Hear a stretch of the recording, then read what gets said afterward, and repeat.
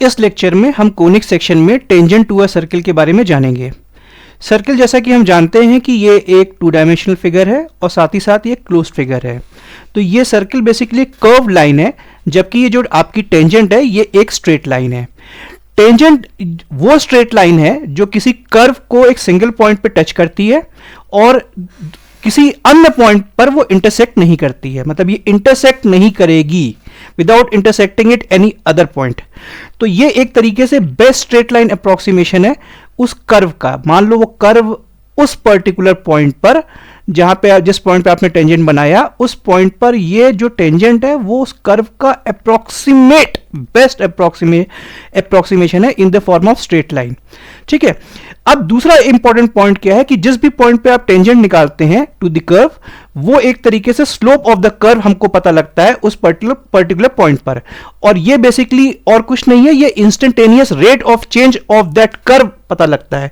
For example, जैसे कि हम डिस्प्लेसमेंट को, है ना, विथ रिस्पेक्ट टू टाइम जब हम डिफरेंशिएट करते हैं तो वो हमको वेलोसिटी देता है, और वेलोसिटी को जब हम विथ रिस्पेक्ट टू टाइम हम डिफरेंशिएट करते हैं तो हमको एक्सेलरेशन मिलता है, जैसे हम पढ़ते आ रहे हैं।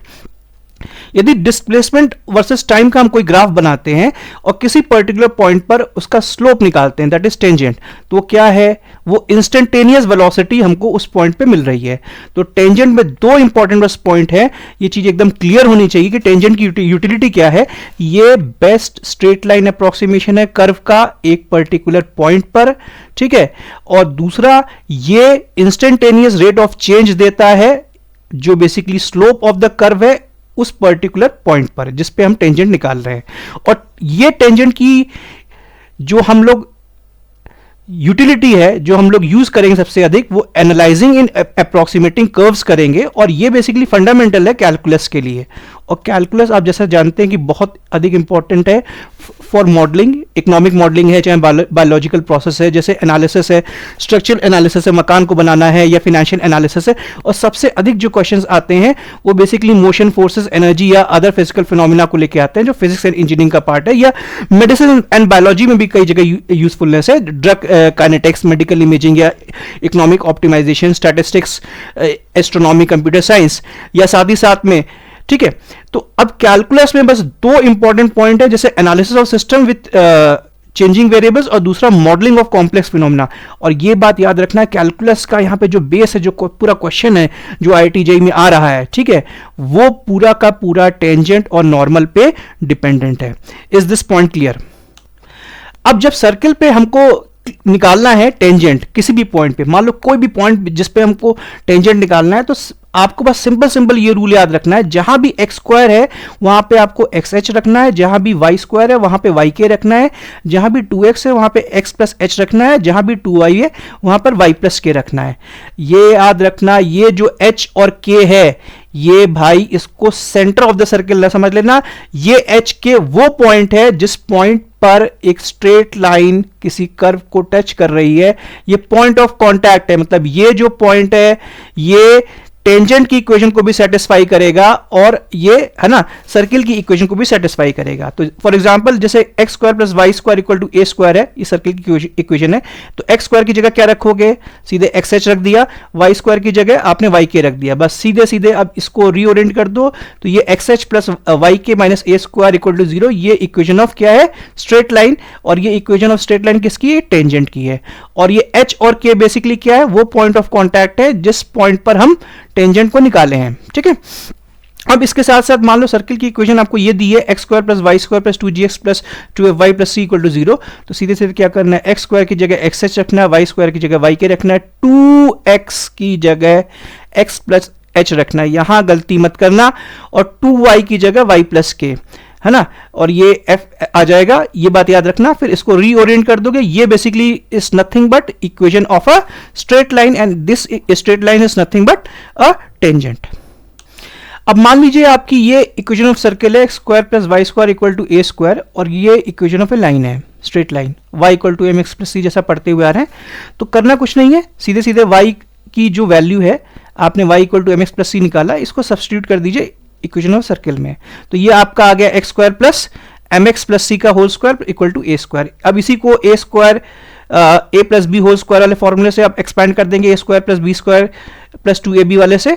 अब इसके बाद आप क्या करेंगे, एक्स स्क्वायर के साथ में जितने भी हैं कोफिशिएंट्स एक साथ इकट्ठे करेंगे, एक्स के साथ में एक साथ इकट्ठे करेंगे, सारे कांस्टेंट एक साथ इकट्ठे करेंगे। फिर आप ये देखेंगे भाई ये तो सीधे सीधे क्वाड्रेटिक इक्वेशन का फॉर्म है, x square plus b x plus c वाले फॉर्म में। तो अब क्वाड्रेटिक इक्वेशन में आपको एक चीज पता होती है जिसको आप डिटर्मिनेंट कहते हैं या डिस्क्रिमिनेंट कहते हैं या डी या डेल्टा के रूप में भी आप करते हैं। तो ये B square minus 4ac, B square minus 4ac की वैल्यू पे बहुत चीज डिपेंड करती है। ये जीरो है, यदि जीरो है तो इसके जो दो रूट्स हैं वो इक्वल होंगे। यदि ये पॉजिटिव है इसका मतलब इसके दो रूट्स जो होंगे वो अलग अलग होंगे, डिस्टिंक्ट होंगे। और बी स्क्वायर माइनस 4ac यदि लेस देन, है ना, जीरो है, मान लो नेगेटिव है, तो इसका मतलब जो रूट्स जो हैं वो आपके दोनों रूट्स इमेजिनरी होंगे। बस यही फंडा है। तो अब आप इसी चीज को अब इसी का आप डिस्क्रिमिनेंट निकालेंगे। तो डिस्क्रिमिनेंट निकालने के लिए आपने कंपेयर कर दिया, ए की वैल्यू क्या आ जाएगी 1 प्लस एम स्क्वायर, बी की वैल्यू 2mc। अब यहां पे कंफ्यूज मत करना, ये सी अलग है, ये कंपेयर करने के लिए बस बता रहे हैं, है ना, और ये सी अलग है, ठीक है। तो अब ये बी स्क्वायर माइनस 4ac को फिर हमने इसको रीओरिएंट कर दिया, ठीक है, इसी को 2mc को होल स्क्वायर किया, फिर इस, है ना, 4a इंटू सी किया, फिर उसके बाद एक्सपैंड करके कट्टम कुट्टा करके फिर फाइनली आ गया।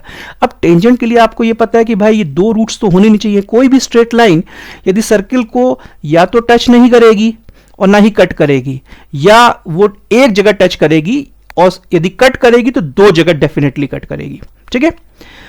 हाँ, लाइन की बात कर रहे हैं, ठीक, लाइन सेगमेंट की बात नहीं कर रहे हैं। लाइन सेगमेंट और लाइन के बारे में यदि जानना है तो आप दूसरे लेक्चर देखिएगा हमारे, या आपको कर्व लाइन या स्ट्रेट लाइन के बीच का फर्क समझना है, ठीक है, तो आप दूसरे लेक्चर्स देखिएगा। अब इसके बाद ये टेंजेंट के लिए हमने ये देखा कि भाई ये जो डिटर्मिनेंट है ना, ये चीज जीरो होनी चाहिए। इस चीज को हमने जब जीरो किया तो हमको ये चीज पता लगी, c इक्वल टू a, है ना, अंडर रूट के अंदर 1 प्लस एम स्क्वायर। तो भाई यदि ये कंडीशन फुलफिल हो रही है तो इसका मतलब साफ साफ है कि भाई ये लाइन क्या है, ये लाइन सीधे सीधे टेंजेंट है और टेंजेंट टू ए सर्किल है। Is this point clear?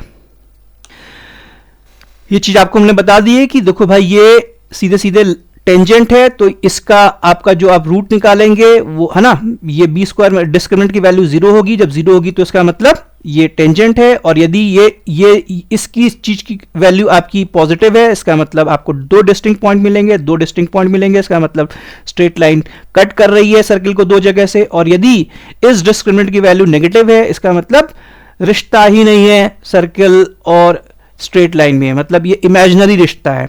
Is this point clear? और ये चीज भी हमने आपको एक्सप्लेन कर दी है कि भाई ये जो सर्किल की इक्वेशन है वो ये है, x square plus y square equal to a square, और स्ट्रेट लाइन की इक्वेशन आपको पता ही थी, y equal to m x plus c. बहुत एकदम रट गई आपको। और सीधे सीधे हमने ये चीज निकाली थी, सी की वैल्यू ए अंडर रूट के अंदर 1 प्लस एम स्क्वायर। अच्छा याद रखना यहां पर प्लस माइनस मत झोंक देना, ठीक है, ये ऑलरेडी यहां पे ए स्क्वायर नाम की चिड़िया थी, ठीक है, वो एडजस्टमेंट में चली जाती है, तो ये ऐसे ही आएगा, केवल ए आएगा और ये 1 प्लस एम स्क्वायर, है ना, अंडर रूट के अंदर। तो ये इक्वेशन ऑफ ए टेंजेंट आपकी ये आ गई है। Is this point clear?